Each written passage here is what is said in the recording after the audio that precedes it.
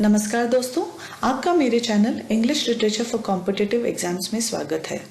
कल मैंने 19वीं शताब्दी के प्रसिद्ध अमेरिकी पोएट, ट्रांसेंडेंटलिस्ट, लेक्चरर और एसेइस्ट राल्फ वॉल्डो एमर्सन पर वीडियो बनाया था, जिसका लिंक आपको मेरे डिस्क्रिप्शन बॉक्स में मिल जाएगा।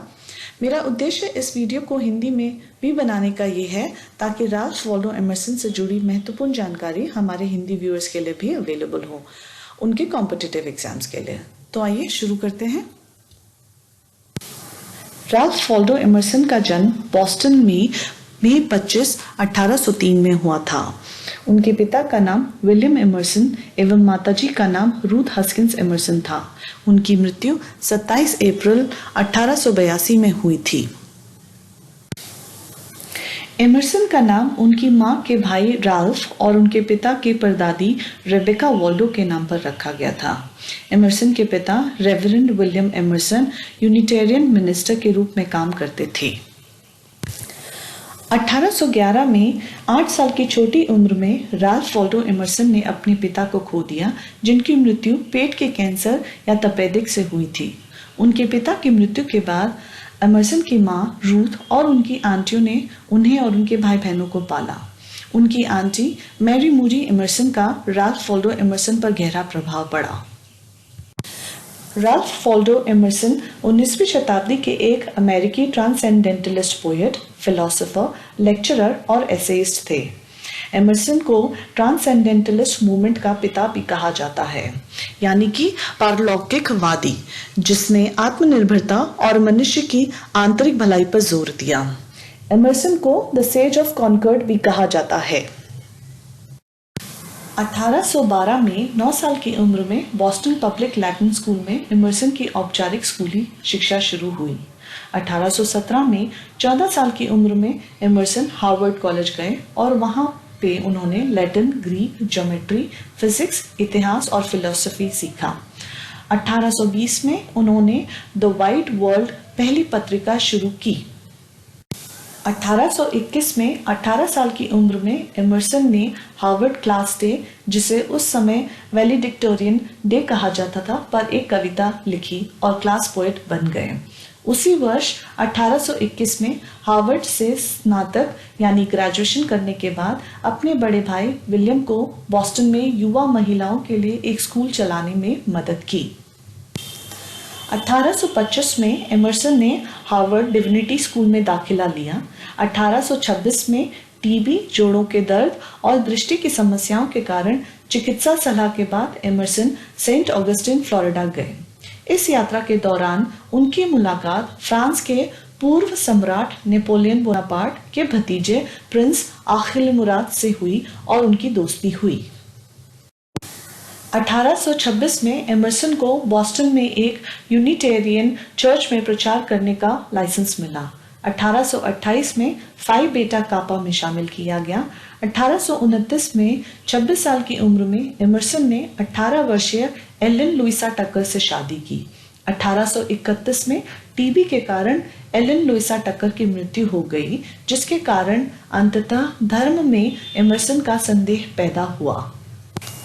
1832 में उन्होंने एक पत्रिका में उल्लेख किया, मैंने एलन की कब्र का दौरा किया और ताबूत खोला। उसी साल उन्होंने यूनिटेरियन चर्च छोड़ दिया और यूरोप का दौरा किया। 1833 में इंग्लैंड की अपनी यात्रा के दौरान वे Wordsworth, Samuel Taylor Coleridge, J S. Mill और टॉमस कार्लाइल जैसे साहित्यकारों से मिले, जिन्होंने एमर्सन को काफी प्रभावित किया। नवंबर 1833 में एमर्सन बॉस्टन लौटे और व्याख्याता यानी लेक्चरर के रूप में अपना करियर शुरू किया। 1834 में वे कॉनकॉर्ड, मैसाचुसेट्स चले गए, जो उनका पहला स्थायी घर था। 1835 में एमर्सन ने अपनी दूसरी पत्नी लिडिया जैक्सन से शादी की, जिसे वे प्यार से माइनेशिया कहते थे। एमर्सन के 4 बच्चे थे, वॉल्डो, एलन, एडिथ और एडवर्ड। उन्होंने एलन लुइसा टकर के नाम पर अपनी पहली बेटी का नाम एलन टकर रखा। 1836 में ट्रांसेंडेंटल क्लब या हेज क्लब की स्थापना की।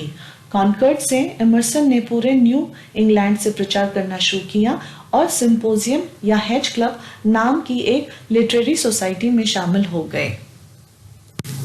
यही लिटरेरी सोसाइटी बाद में ट्रांसेंडेंटल क्लब से जाना गया, जिसने ईसाई धर्म के सुधार, इमैनुअल कांट के दर्शन, गूटे और कार्लाइल के लेखन के बारे में बात की।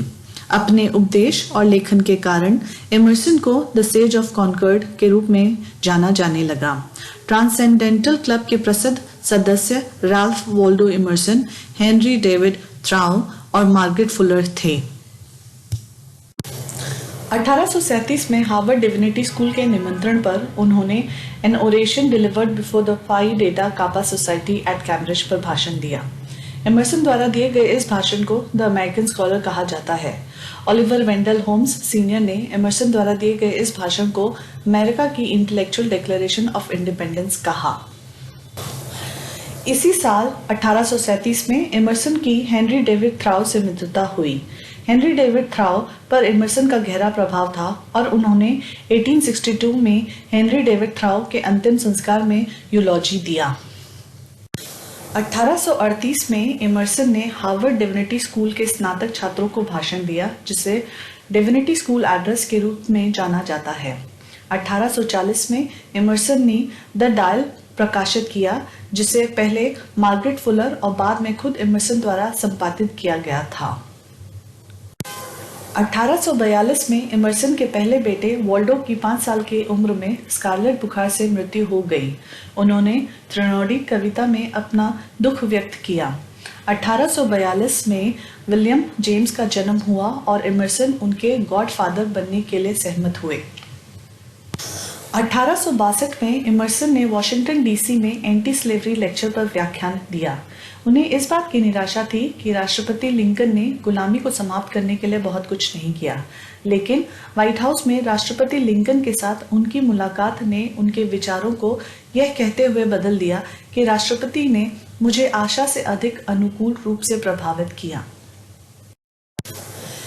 एमर्सन ने जेन ऑस्टन के नॉवेल्स और उनके कैरेक्टर्स प्राइड एंड प्रेजुडिस और पर्सुएशन की आलोचना केवल विवाह पर ध्यान केंद्रित करने के लिए की।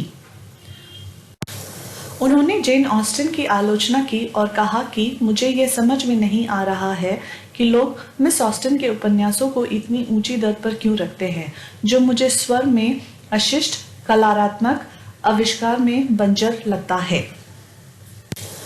1882 में एमर्सन की निमोनिया से मृत्यु हो गई। उन्हें अपने शिष्य हेनरी डेविड थ्राउ के पास ही कॉन्कर्ड्स स्लीपिंग हॉलो कब्रिस्तान में ऑथर्स रिज पर दफनाया गया। अब हम राल्फ वॉल्डो एमर्सन के कुछ प्रसिद्ध प्रकाशित कार्यों की चर्चा करेंगे।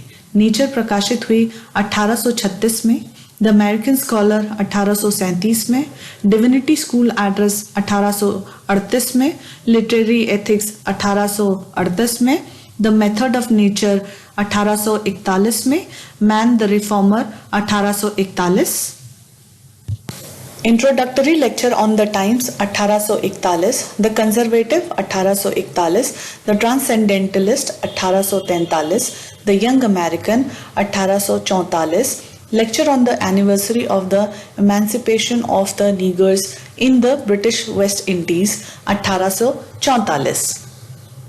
1841 में प्रकाशित हुई एसेज फर्स्ट सीरीज में ट्रांसेंडेंटलिज्म से संबंधित 12 निबंध शामिल हैं, जो इस प्रकार है: history, self reliance, compensation, spiritual law, love, friendship, prudence, heroism, the over soul, circles, intellect, art.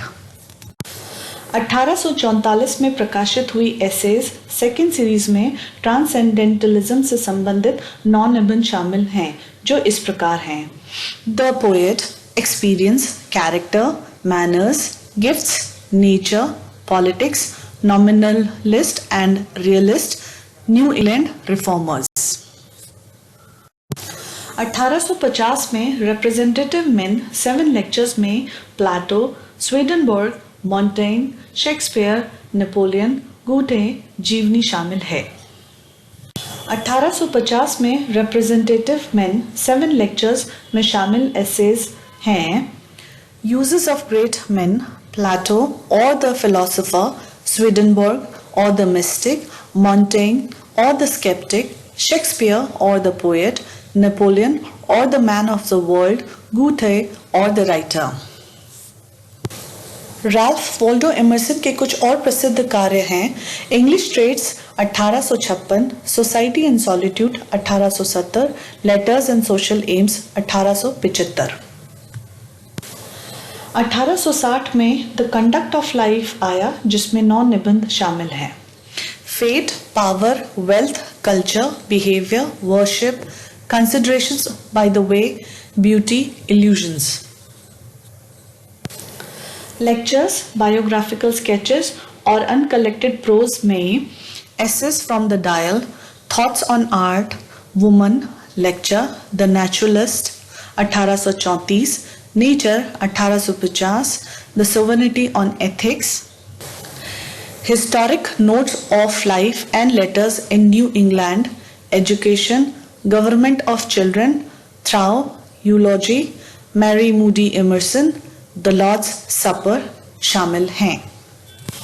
Dial assess प्रकाशित हुए 1840, 1841, 1842, 1843, 1844 में।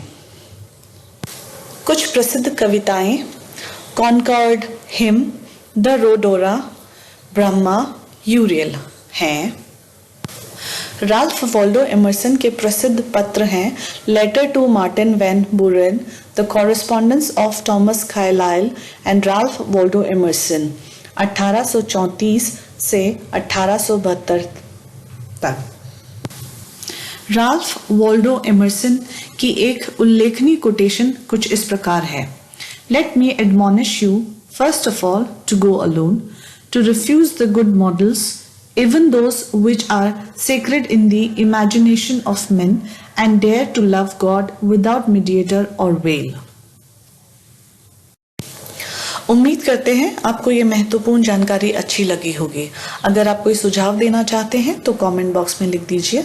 अगर आपको ये वीडियो पसंद आई है तो इसे लाइक कर दीजिए और इस चैनल को सब्सक्राइब कर लीजिए ताकि आने वाले समय में हम आपके साथ ऐसी और भी वीडियो शेयर कर सकें। Thank you so much.